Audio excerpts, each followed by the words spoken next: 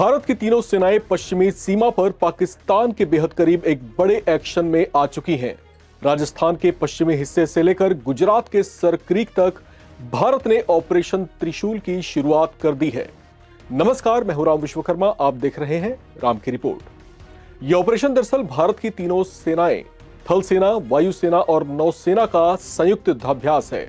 बहुत बड़े स्तर पर शुरू किए गए इस युद्धाभ्यास में 30 अक्टूबर से लेकर 10 नवंबर तक पूरे 12 दिन तक तीनों सेनाओं के जो जवान हैं वो मिलकर युद्धाभ्यास करेंगे, जिसमें भारत के करीब 30,000 सैन्य कर्मी शामिल होंगे। इतने बड़े स्तर का युद्धाभ्यास और वो भी सीमा के बेहद करीब, ये देखकर पाकिस्तान के पसीने छूट रहे हैं।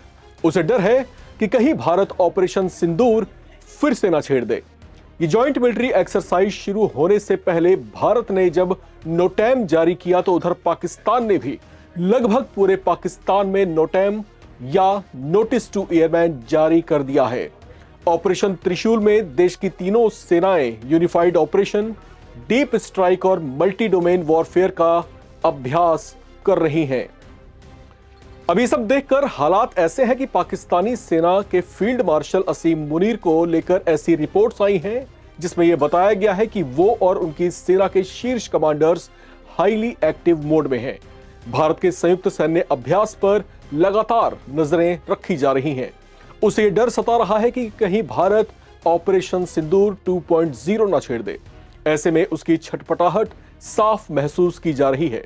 लगभग पूरे पाकिस्तान में अलर्ट जारी कर दिया गया है, जबकि पाकिस्तानी सेना को चौकस रहने को कहा गया है। पाकिस्तानियों को लगता है कि वो भारत का मुकाबला कर सकते हैं। तो चलिए जानते हैं पाकिस्तान की सैन्य ताकत भारत के आगे कहां टिकती है और कितना बड़ा कद रखती है। दुनिया भर के देशों की सैन्य पावर को मॉनिटर करने वाली ग्लोबल फायर पावर इंडेक्स 2025 की एक रिपोर्ट इस बात की तस्दीक करती है कि भारत की सैन्य ताकत के आगे पाकिस्तान बेहद कमजोर है। सैन्य ताकत में भारत दुनिया में चौथा सबसे शक्तिशाली मुल्क है, जबकि पाकिस्तान इस मुकाबले में 12वां स्थान रखता है। हालांकि डींगे मारने में उसके नेता हमसे, या कह लीजिए कि दुनिया में सबसे आगे हैं, जो कभी पाव किलो के परमाणु बम तो कभी 1 किलो के परमाणु बम से भारत पर हमला करने की जाहिलाना बयान भी उगलते रहते हैं। इन जाहिलों को शायद यह भी पता नहीं है कि परमाणु शक्ति संपन्न होना एक बड़ी जिम्मेदारी और इसे संभालने के लिए बेहद हाई टेक्नोलॉजी का जो है मैटर होता है। खैर, कॉम्बैट वॉरियर्स के मामले में भारत के पास जहां 14,55,000 सैनिकों की एक बहुत बड़ी फौज है, वहीं पाकिस्तान के पास भारत के आधे से भी कम, सिर्फ 6,54,000 सैनिक ही हैं। इतना ही नहीं, भारत के पास रिजर्व फोर्सेस में 11,55,000 योद्धा हैं, जबकि पैरामिलिट्री में भारत के पास 25 लाख जवान हैं। इस सुपर कॉम्बैट कैपेसिटी के मुकाबले पाकिस्तान के पास सिर्फ 5 लाख पैरामिलिट्री जवान हैं। इतनी बड़ी फोर्स होने के बावजूद भारत का मिजाज हमेशा से शालीन रहा है। वजह यह है कि भारत का रवैया हमेशा से दोस्ताना रहा है।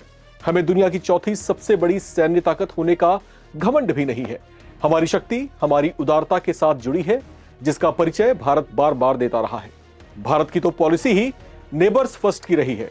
नेपाल, भूटान जैसे छोटे छोटे देशों के राष्ट्राध्यक्षों को भी हम रेड कारपेट वेलकम देते रहे हैं। भूकंप या किसी भी तरह की आपदा के समय भारत हमेशा अपने पड़ोसी देशों से मित्रता निभाता रहा है। अब फिर वो चाहे श्रीलंका ही क्यों ना हो, जो भारी इकोनॉमिक क्राइसिस से जूझ रहा है, लेकिन भारत से दुश्मनी की चाह रखने वाले पाकिस्तान को भारत के उस रूप से खेलना है जिसमें उसका विध्वंस, विनाश निश्चित है। जमीन से जमीन पर मार करने वाले और युद्ध के मैदान को मरघट में बदल देने वाली भारतीय थल सेना की ताकत में T-90, भीष्म और अर्जुन जैसे 4200 से भी ज्यादा टैंक हैं। इसके मुकाबले में पाकिस्तान के पास सिर्फ 2600 टैंकों का ही बेड़ा है। इन कुछ वर्षों में भारत के DRDO ने जमीन से जमीन पर वार करने वाले अनेकों शॉर्ट और मीडियम रेंज के शस्त्र भी विकसित किए हैं। भगवान शिव के धनुष पिनाका के नाम से भारत के पास रैपिड फायर मिसाइल व्हीकल्स भी हैं, जो मिनटों में दुश्मन की पूरी पलटन में मिनटों में विनाश मचा सकती हैं। भारत के पास बैटलफील्ड में अपने सैनिकों के सुरक्षित ट्रांसपोर्टेशन के लिए लगभग 1.5 लाख आर्म्ड व्हीकल हैं, जबकि पाकिस्तान के पास सिर्फ 50,000 आर्म्ड व्हीकल ही हैं। अब बात भारत की आर्टिलरी की करें तो भारत अपने बोफोर्स की ताकत से कारगिल में जो है पाकिस्तानियों को दहला चुका है, उसे दुम दबाकर भागने को मजबूर भी कर चुका है।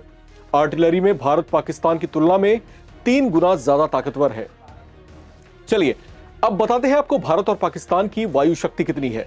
इसमें भी पाकिस्तान का भारत से कोई मुकाबला ही नहीं है। भारत के पास कुल 2229 फाइटर एयरक्राफ्ट हैं, जिसमें 600 से ज्यादा फाइटर जेट्स भी शामिल हैं। इनमें भी अत्याधुनिक राफेल और Su-30 MKI जैसे बेहद उन्नत और एडवांस्ड जेट्स शामिल हैं। हालांकि पाकिस्तान से मुकाबले के लिए तो भारत में ही निर्मित लाइट कॉम्बैट फाइटर जेट्स तेजस ही काफी है।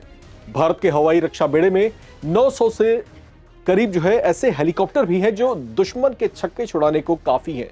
इसमें चिनूक और अपाचे जैसे हेलीकॉप्टर्स भी शामिल हैं जो दुनिया के कई युद्धों में अपना लोहा मनवा चुके हैं। पाकिस्तान के हवाई बेड़े में अधिकतर अमेरिकी और चीन में निर्मित एयरक्राफ्ट्स हैं। चीन में निर्मित एयरक्राफ्ट में पहले भी बहुत बार शिकायतें आती रही हैं और मलेशिया जैसे देश इस बात की शिकायत चीन से कर भी चुके हैं और खुद पाकिस्तान भुक्तभोगी है जब ऑपरेशन सिंदूर में उसे मुंह की खानी पड़ गई थी। समुद्र में भी भारत की नौसेना पाकिस्तान से बहुत ताकतवर है। भारत के पास कुल 7 कोर कमांड है, जबकि पाकिस्तान के पास सिर्फ 1 कोर कमांड है।